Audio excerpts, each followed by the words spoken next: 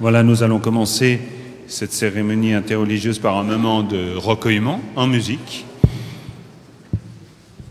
interprété par Sylvie Hu au hautbois. Clarinette. Désolé, clarinette.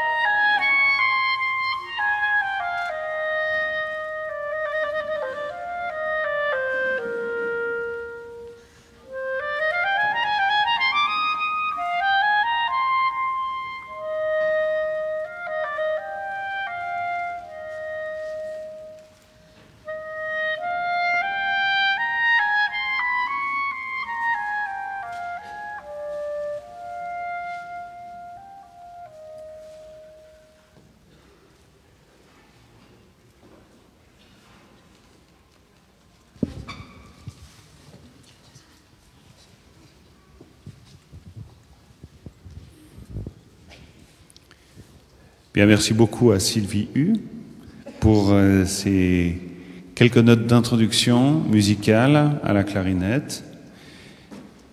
Et maintenant, nous allons tout bientôt commencer cette cérémonie. Et pour la commencer, quelques mots d'introduction en vous donnant le programme de cette cérémonie.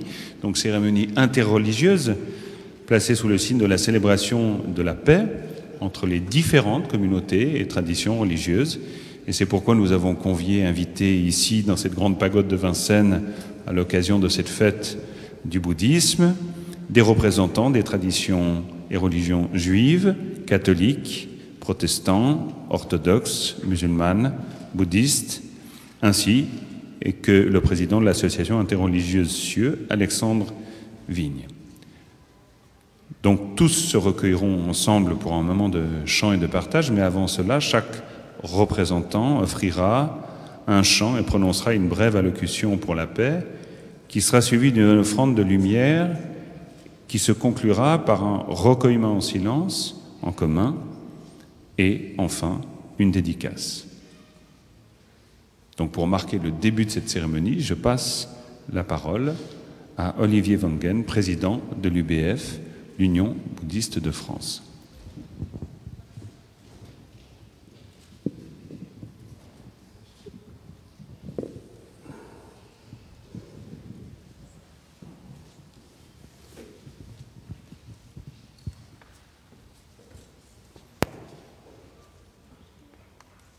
Vénérables, chers amis, tout d'abord je voudrais remercier très chaleureusement tous les représentants des différents cultes de France et religions de France qui sont venus participer et partager ce moment avec nous cet après-midi. Monsieur Jean-Pierre Alali, membre du bureau exécutif du CRIF et représentant de Richard Praquier, son président. Le pasteur Vincent Hubac de l'Église réformée de France, le doyen de l'Institut catholique de Paris, le père Thierry-Marie Coureau, monsieur Elbeke Merzac, président du CRCM d'Île-de-France, le père Gérard Delem, hypodiacre, représentant de l'Église orthodoxe, monsieur Alexandre Vigne de CIEU, ainsi bien sûr que tous les représentants des différentes religions qui sont venus nous faire partager leur chant.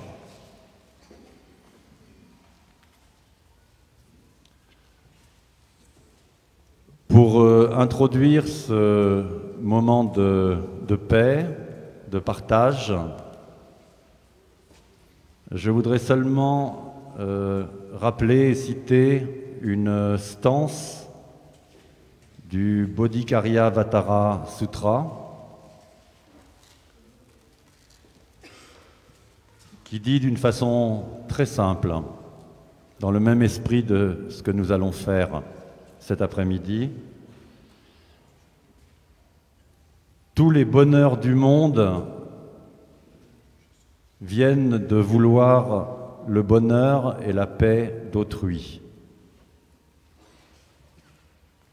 Tous les malheurs du monde viennent de vouloir le bonheur et la paix pour soi.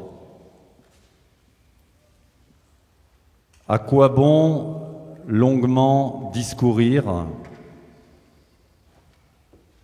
L'être puéril agit pour son propre bien, le sage agit pour le bien d'autrui. Voyez simplement la différence entre eux. Je vous souhaite de passer un très bon moment ensemble. Merci.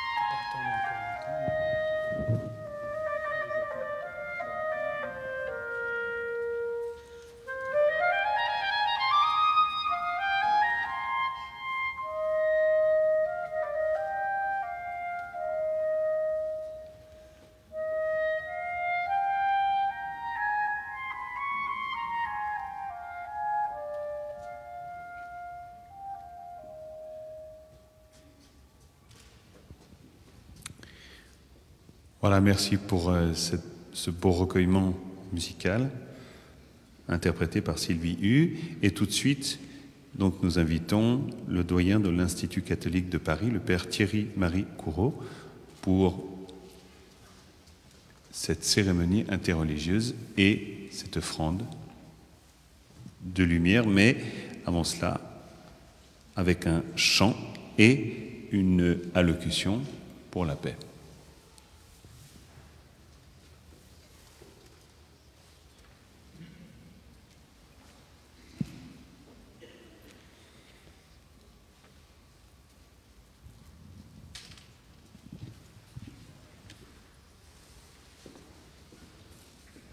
Chers amis, aujourd'hui nous avons donc la chance de célébrer Vésac, alors même que notre pays est dans un jour d'élection importante. Ceci est une véritable opportunité sur deux plans. D'abord pour nous réjouir ensemble de cet événement qui a bouleversé l'Inde du 5e siècle avant notre ère et qui continue à le faire dans notre monde contemporain, et vous en êtes le témoignage en ouvrant une porte de libération à tous ceux qui se comprennent comme enfermés dans le cycle des existences. Et sur un deuxième plan aussi, une opportunité pour clarifier notre esprit de toute intention de saisie, de division et de construction animée par l'avidité. Et ceci est bien valable pour l'ensemble de notre humanité, afin que puisse émerger en nous un cœur orienté vers l'intelligence de la paix, et afin, comme le dit très exactement le secrétaire général de l'ONU, que nous puissions modifier nos comportements pour nous acheminer vers un avenir plus viable. Nous laisserons ainsi surgir de nouvelles idées et initiatives communes pour vivre durablement et de façon ajustée à ce monde et dans ce monde. Aussi, à l'image de ce que rapporte le Lalita Vistara à propos de la naissance du Bouddha, nous pouvons à notre tour méditer. Je cite, « Le Bodhisattva, aussitôt sa naissance, descendit à terre. Il ne fut pas plutôt descendu à terre qu'un grand lotus perçant cette terre apparut. Les rois des Nagas, Nanda ou Upananda, se montrant tous les deux à mi-corps dans le ciel, font apparaître deux courants d'eau froide et chaude et baignent le corps du Bodhisattva. Inda, Brahma, les gardiens du monde et bien d'autres fils des dieux au nombre de 100 000, aussitôt que le Bodhisattva est né, avec toutes sortes d'eau de senteur, avec des fleurs fraîches, baignent et couvrent son corps. Aussi, en mon nom personnel, et à vous tous, mes amis bouddhistes, et au nom du Conseil pour les relations interreligieuses de la Conférence des évêques de France, je prie Dieu, celui en quel je crois, Père, Fils et Saint-Esprit, pour qu'il fasse descendre sur chacun d'entre vous et vos communautés et familles ces bénédictions, à l'image de ces deux courants d'eau chaude et froide qui vinrent baigner le Bouddha nouvellement né. Merci.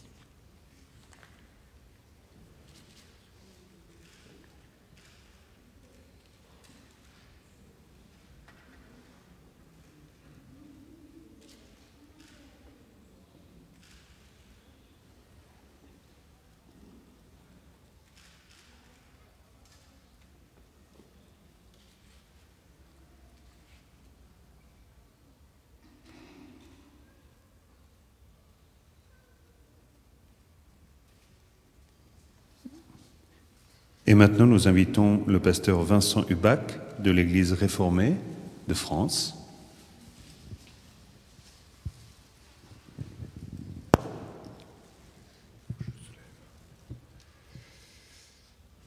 Frères et sœurs du monde bouddhiste, vénérable Monsieur le Président de l'Union bouddhiste de France, vous toutes et tous ici présents, je voudrais vous remercier pour l'occasion que vous me donnez de prendre la parole au cours de cette cérémonie au nom de l'Église réformée de France, que je représente ici parce que c'est un moment d'émotion. C'est la première fois que j'entre dans une pagode. Donc, vous imaginez les sentiments qui peuvent m'animer, parce que je viens ici avec des intentions pleines de paix, d'espérance pour vous toutes et vous tous. Et puisque j'ai prononcé le mot paix, vous m'avez demandé d'en dire quelques mots. Alors, vous savez que la paix, évidemment, c'est la non-guerre. Lorsque j'ai écrit cette phrase, il y a quelques jours, je me suis dit c'est d'une banalité affligeante, et ça n'a aucun intérêt, parce que tout le monde le sait. Mais je me suis mis dans la peau d'un soldat qui rentre de la guerre, qu'il soit vainqueur ou vaincu, mais qui rentre vivant. Et je me suis dit, finalement, pour lui et sa famille, cette banalité est quelque chose de tout à fait extraordinaire, parce que pour lui, c'est quand même la vie. Mais au-delà de tout ça, nous savons que la paix, c'est bien plus. Et je pense que dans le domaine religieux qui nous anime les uns les autres, ici présents, les juifs, musulmans, chrétiens orthodoxes, catholiques, romains, protestants, bouddhistes, et bien d'autres encore, nous savons que la paix, c'est bien plus que ça. Je voudrais présenter cet aspect de la paix sous 4 points. Le premier, c'est la paix intérieure. Je crois que la paix intérieure, c'est quelque chose de tout à fait exceptionnel, difficile à avoir, qui demande une méditation importante et longue, peut-être une vie entière. Je pense que le monde bouddhiste là, a beaucoup de choses à nous apprendre de ce côté-là. La paix avec soi-même. Je crois que c'est très important parce qu'il y a là un mot auquel je lis ce type de paix, c'est la sérénité. Le deuxième point que je voudrais voir, c'est la paix avec les autres. Les uns avec les autres, le voisin, la voisine, ici présents et les autres, ceux que nous rencontrons dans le quotidien et les autres qui sont au loin, que nous ne voyons jamais, mais que nous essayons d'imaginer. C'est la communion. L'être avec. Je crois que c'est tout à fait, là aussi, extrêmement riche de se rencontrer les uns les autres, comme en témoigne cette cérémonie aujourd'hui, où on se rencontre les uns les autres avec nos identités différentes et les enrichissements qui peuvent en sortir. La communion. Partager, être avec.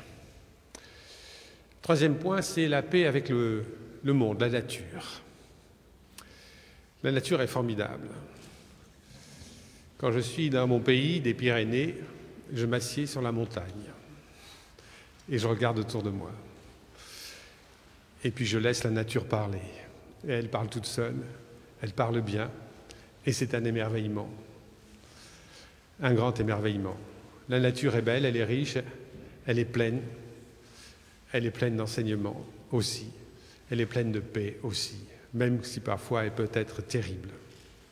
Mais nous le savons aussi. Voilà, l'émerveillement. Le quatrième point que je voudrais voir, c'est la paix avec Dieu, la divinité, avec l'au-delà. Il me semble une paix extrêmement importante, évidemment, je ne vais pas dire le contraire, mais lorsque nous sommes face à Dieu, nous sommes là tout petits. On se sent très humble. Le mot qui va avec, pour moi, c'est l'humilité. Savoir que nous sommes faibles, nous avons besoin de Dieu pour vivre, nous avons besoin d'un au-delà, d'une espérance qui nous dépasse infiniment. La sérénité, la communion, l'émerveillement, l'humilité, ces 4 points, évidemment, jouent ensemble, interfèrent pour nous faire saisir ce que peut être la paix dans sa plénitude.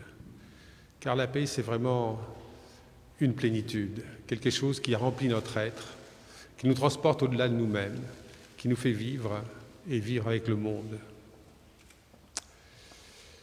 Alors, je suis protestant et je voudrais finir par, évidemment, 2 références bibliques, puisque vous savez que dans le protestantisme, l'autorité, c'est l'Écriture pour nous, la Bible. Et je dirais qu'effectivement, il y a au cœur même du Sermon sur la montagne, dans l'Évangile de Matthieu, la règle d'or. La règle d'or ne fait pas aux autres ce que tu ne voudrais pas qu'on te fasse. C'est souvent comme cela qu'elle est écrite et dite et transmise. Dans le Sermon sur la montagne, ce n'est pas tout à fait ça, c'est « faites aux autres ce que vous voudriez qu'on vous fasse ». Elle est écrite de manière positive et dynamique. Et ça, je crois que c'est important. « Faites aux autres ». Eh bien, lorsqu'on parle de paix, je crois qu'il faut apporter la paix aux autres. La sérénité, l'émerveillement, l'humilité, la communion, l'apporter aux autres pour que le monde vive.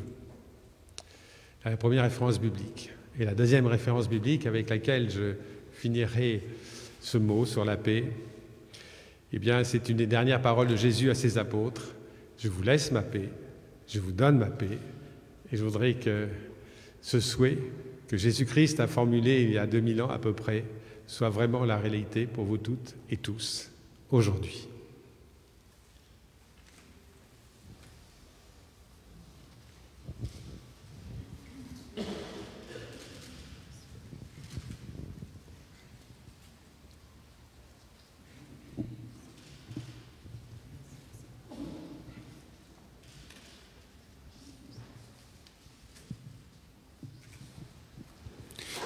Et maintenant, nous invitons les sœurs diaconesses protestantes de Ruy qui vont nous offrir un chant pour la tradition chrétienne et de la tradition chrétienne.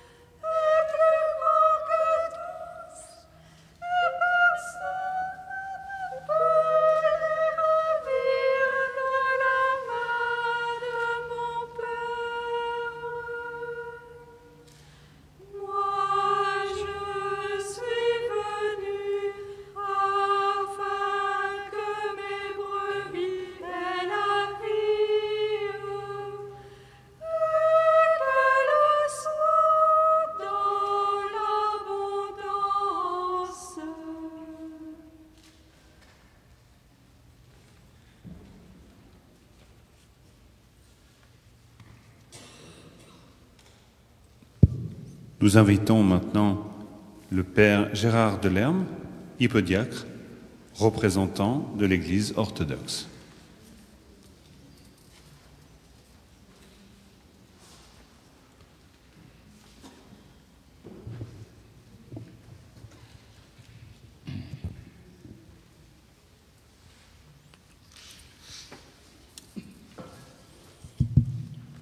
Acquiert d'abord la paix intérieure, et beaucoup trouveront le repos auprès de toi. Nous connaissons cette parole de saint Séraphin de Sarov, moine orthodoxe mort en Russie en 1833. Parole essentielle pour nous, car le monde dans lequel nous sommes ne nous facilite guère la compréhension vécue de ce que signifie véritablement la paix pour l'homme. La paix, habituellement, cela désigne un état de calme ou de tranquillité, une absence de perturbation, d'agitation ou de conflit. Elle signifie pour beaucoup une forme d'idéal social et politique. Mais pour un chrétien orthodoxe, Que signifie véritablement la paix? Non pas par le biais d'une définition abstraite, mais dans la vie, dans l'expérience. Un orthodoxe, il faut toujours revenir aux fondamentaux. C'est d'abord et tout simplement un chrétien. Un chrétien, c'est-à-dire un disciple du Christ. Un homme à qui le Christ s'adresse et dit « Je te laisse la paix, je te donne la paix. Ce n'est pas à la manière du monde que je te la donne. » Et plus loin, le Christ dit « Je vous ai dit cela pour que en moi, vous ayez la paix.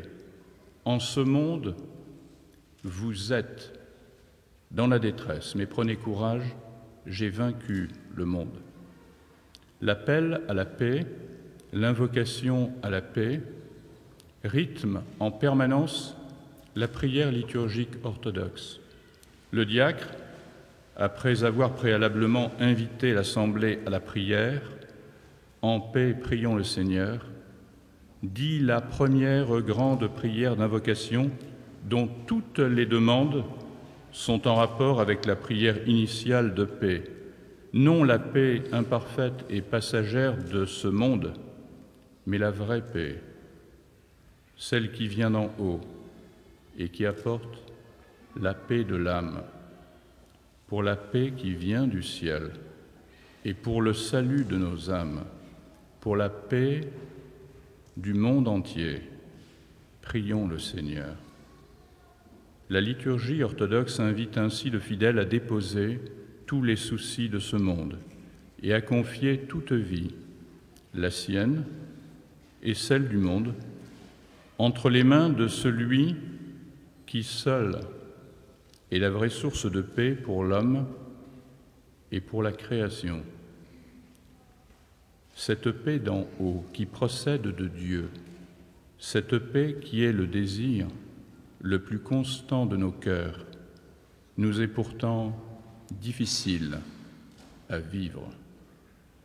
Tout d'abord, nous voudrions certes la ressentir, tant dans la profondeur de nos cœurs que dans le quotidien de nos vies. Nous le voudrions et vivons souvent l'opposé. Bien souvent, nous ne sommes pas en paix. Nous ne connaissons pas la paix. Nous vivons les soucis, petits et grands, les tracas de toute nature, les problèmes relationnels, familiaux, professionnels et même spirituels.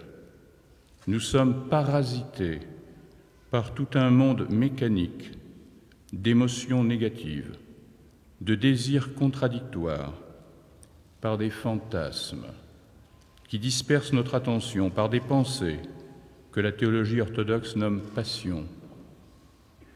Grande est alors la tentation de considérer que la paix devrait coïncider avec la fin de nos difficultés et de nos souffrances.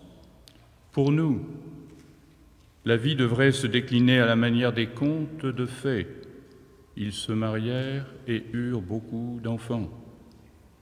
Il y a dans le cœur de l'homme, illettré ou docteur en théologie, l'espoir naïf que les choses finiront bien par s'arranger toutes seules, que le temps des ennuis et des souffrances va promptement s'achever.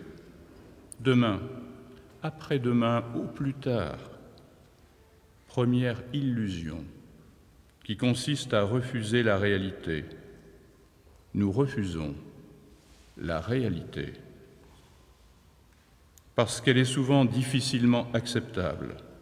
Guerre, malheur, misère, maladie, infirmité.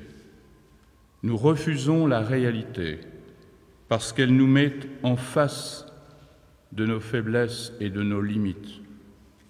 Nous refusons la réalité parce que nous fonctionnons le plus souvent sur une vision fantasmatique de Dieu, de la toute-puissance de Dieu. La paix qui vient d'en haut n'est pas la paix de ce monde. Rappelons encore les paroles du Christ. Ce n'est pas à la manière du monde que je vous donne la paix.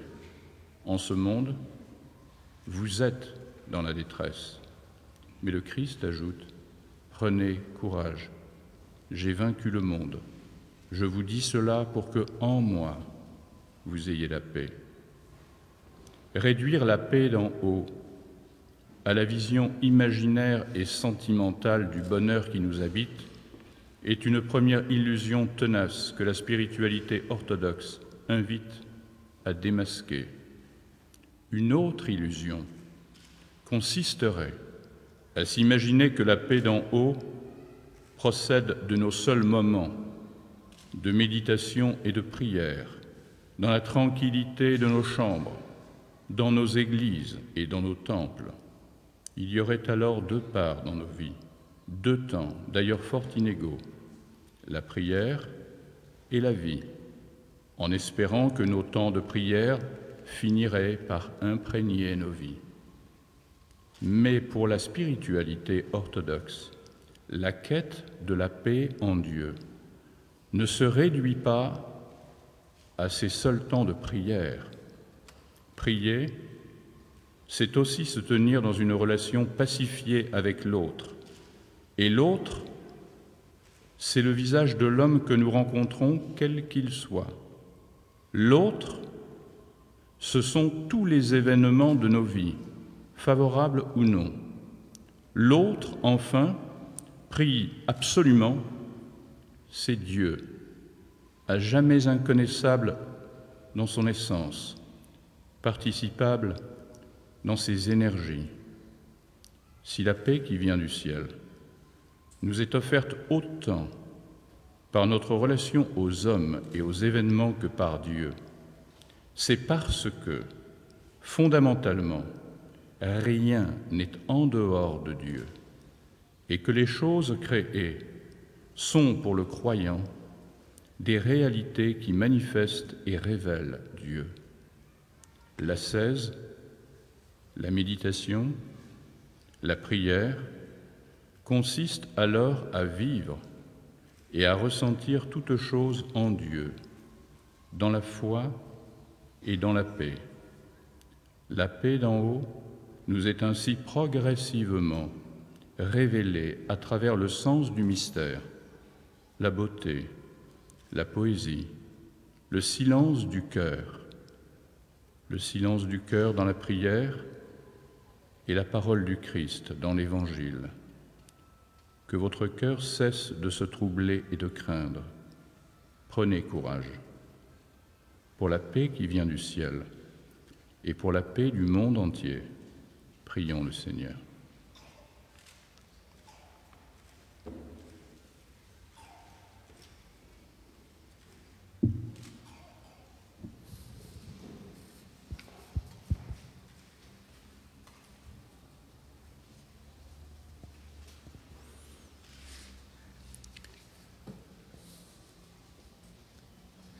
Nous invitons maintenant Jean-Pierre Alali, représentant de la communauté juive, membre du bureau exécutif du CRIF et représentant de Richard Praquet, président. Mes chers amis, je viens ici vous apporter le salut fraternel, amical du CRIF, le Conseil représentatif des institutions juives de France, et de son président, le docteur Richard Praquet. Chers amis, dans ma famille, le dimanche en général, nous invitons des amis, la famille, à ce que nous appelons un brunch.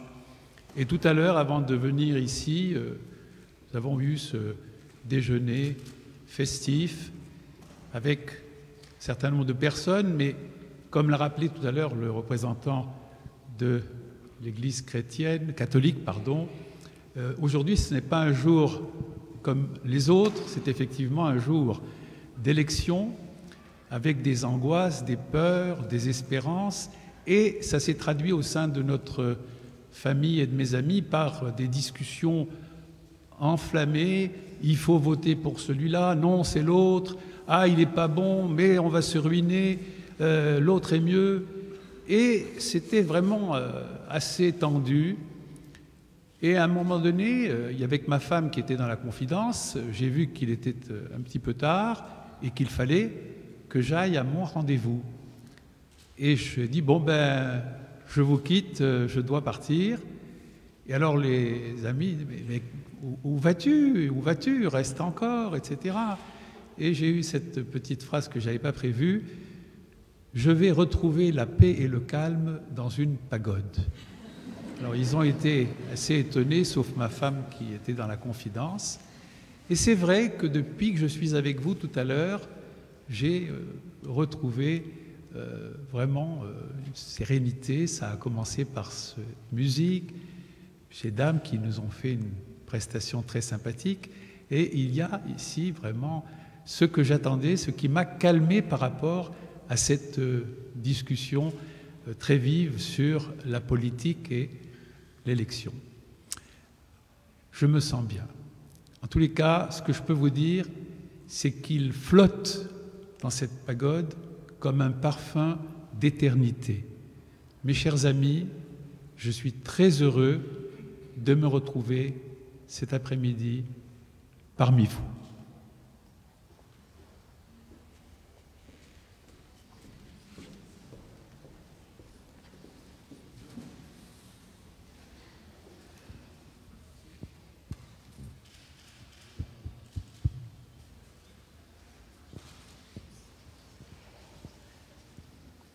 Et maintenant, nous allons conclure ces différentes allocutions par celle de M. Alexandre Vigne, de l'association CIEU, une association qui travaille pour la fraternité interreligieuse.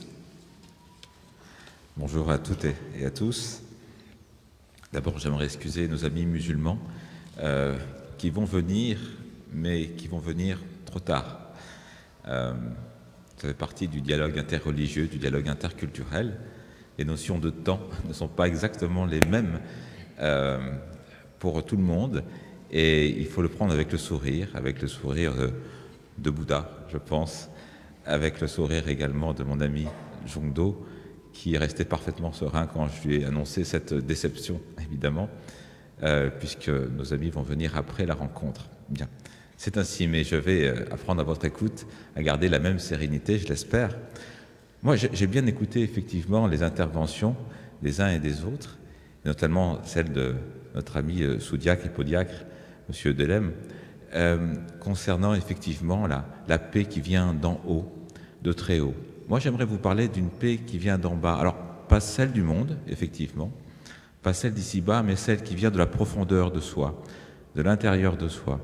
Vous savez, au sein de l'association CIEU, dans le cadre des dialogues interreligieux de quartier, entre les lieux de culte d'une même ville, d'un même quartier, nous organisons des dialogues participatifs, pas uniquement des interventions brillantes des responsables de communauté, mais également un dialogue entre les simples fidèles et puis les habitants, qu'ils soient croyants ou non croyants du quartier. Et ce qui se dégage, c'est justement cette expérience inouïe de la fraternité. Après les interventions des grands responsables, les simples fidèles avec les non-croyants se réunissent par petits groupes de 5 et 6 et dialoguent entre juifs, musulmans, chrétiens et bouddhistes. Et c'est quelque chose qui se dégage de formidable, ce sourire, ce rayonnement qu'il y a après chaque rencontre, ce bonheur vraiment d'être ensemble. Car c'est un bonheur. Et c'est vrai que beaucoup souffrent de ce simple bonheur qui est gratuit, qui est celui de la relation, de la rencontre. Alors ce que nous proposons à ces personnes qui sont isolées, qui sont sans travail, qui ont perdu un logement, qui frappent à la porte d'un lieu de culte après avoir perdu un conjoint, eh bien c'est aussi un réseau relationnel, fraternel, amical dans tout le quartier. Pas seulement une communauté, au sein de leur communauté, mais également entre les communautés du quartier. Et ce dialogue, cette paix qui vient du plus profond de soi est une expérience inouïe. Je vous invite effectivement à la rencontrer, alors partout, à Paris, et bien sûr en premier lieu à Toulouse, où s'est tenue, après la tuerie, effectivement, une grande rencontre, où était présent le vénérable Kanda Sarbo aussi, pour parler de cette paix essentielle à notre société dont nous avons tant besoin. Alors, chers amis, aujourd'hui, on célèbre un anniversaire. Et c'est vrai que lorsqu'on célèbre l'anniversaire de quelqu'un, on devient l'ami de ses amis, et parfois même un peu plus. On devient comme un peu un membre de la même famille, un parent, un frère. Et vous savez, même les religions monothéistes parlent de Dieu, parfois, comme d'un frère. Et je pense que le discours sur Dieu, le discours sur l'absolu, la théologie, le discours sur ce qui nous dépasse, est aussi et d'abord peut-être un discours sur l'amour et sur la fraternité. Voilà, j'aimerais avec vous aujourd'hui parler de cette amitié, de cette fraternité, de parler de Bouddha, de parler de l'absolu, de parler de Dieu comme d'un frère.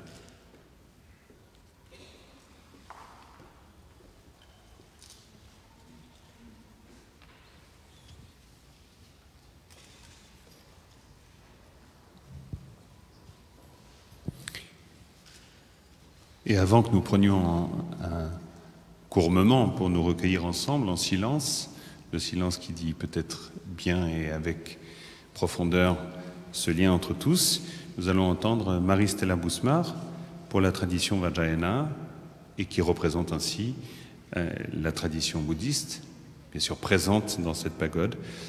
Et après cette courte allocution, nous entendrons un chant, court aussi, de la communauté d'Akpo Kundalini.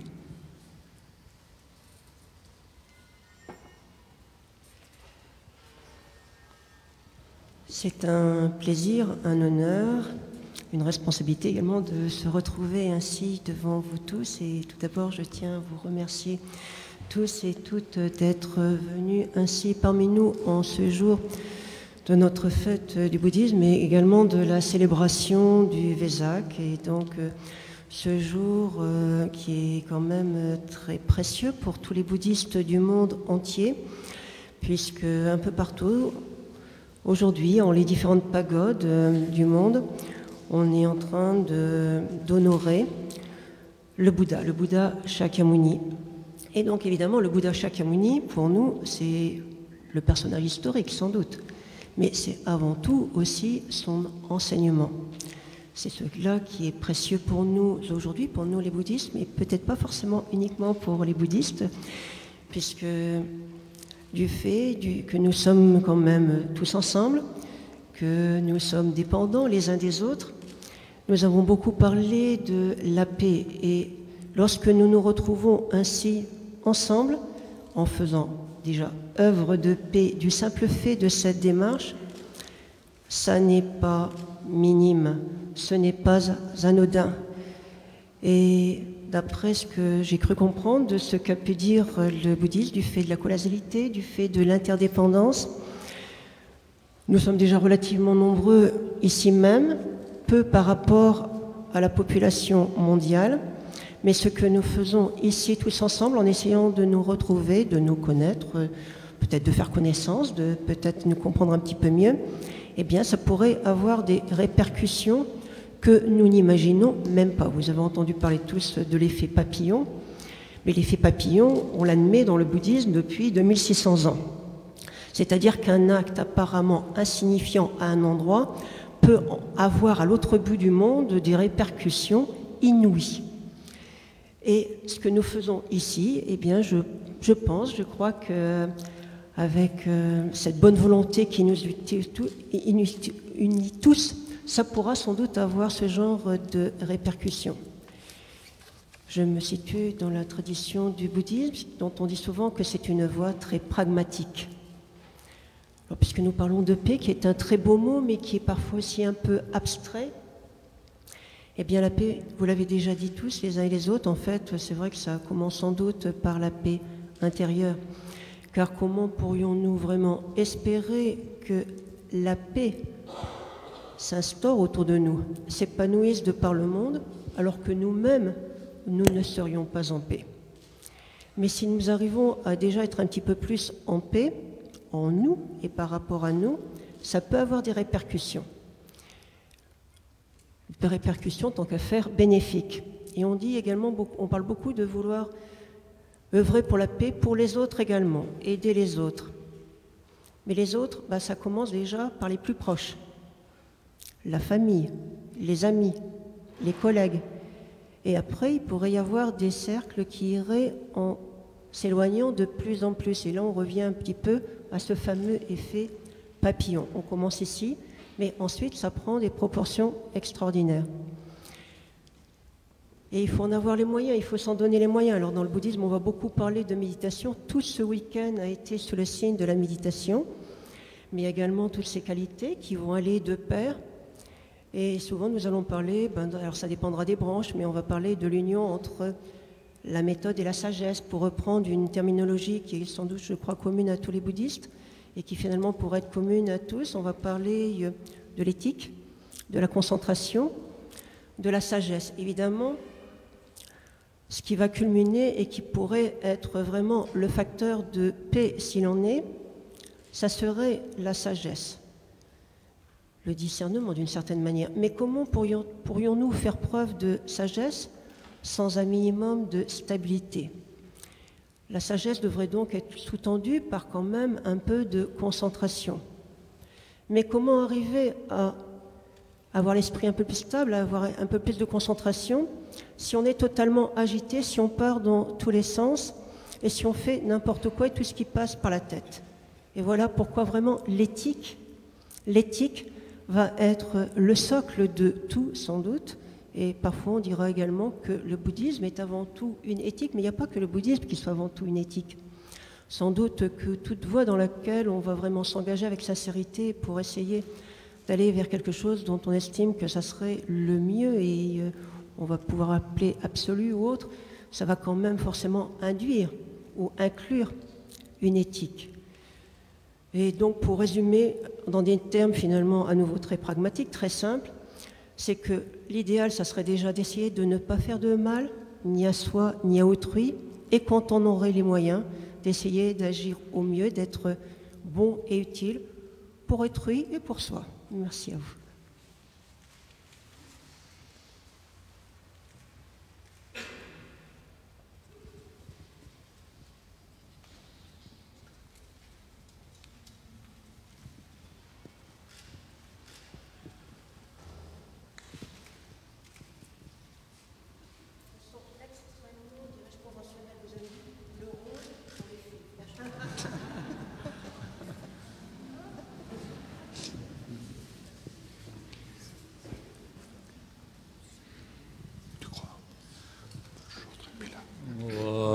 Sore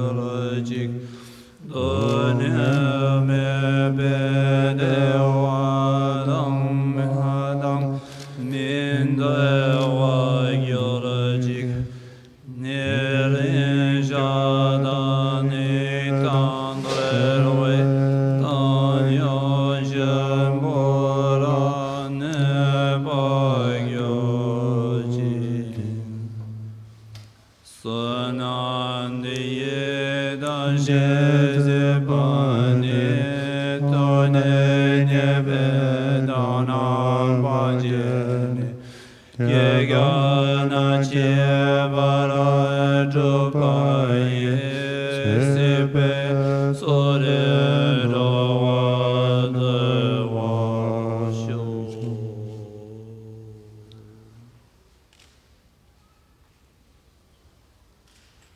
Et simplement, pendant quelques minutes, restons tous ensemble, en silence, recueillis dans l'indicible.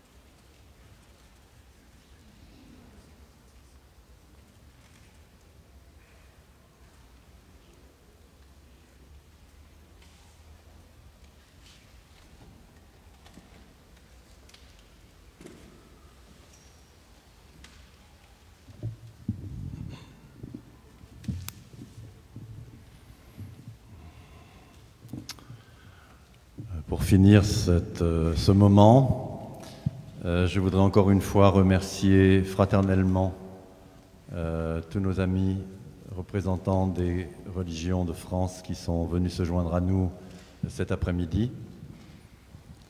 Et dire également un grand merci à Federico Procopio et Liliane Lefay qui ont largement contribué à la bonne organisation et à la belle réussite de ce moment. Hier soir, nous étions réunis ici même avec toutes les différentes traditions bouddhistes de France pour cette célébration du Vesak que nous avons appelée Soirée des Lumières.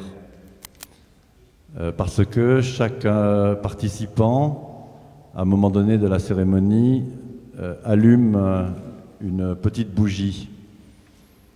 Et c'est cet ensemble de petites lumières qui, à la fin, crée une belle lumière. Aujourd'hui, nous sommes réunis tous ensemble avec les différentes religions de France et chacune a pu allumer également une bougie un peu plus grosse que celle d'hier soir. Mais je crois qu'il n'y a rien qui ressemble plus à la flamme d'une bougie que la flamme d'une autre bougie.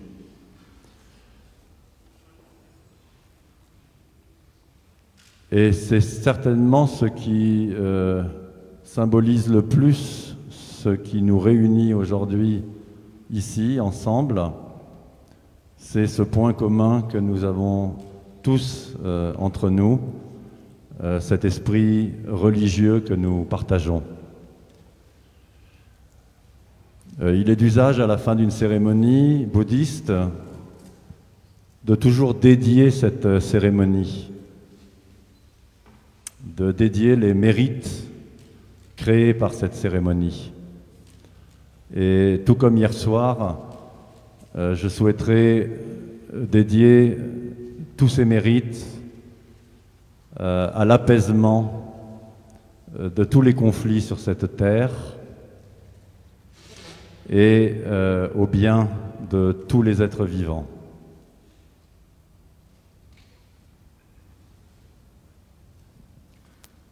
Il y a une dédicace dans ma tradition du Zen qui dit « Puissions-nous exister dans l'eau trouble avec la pureté de la fleur du lotus.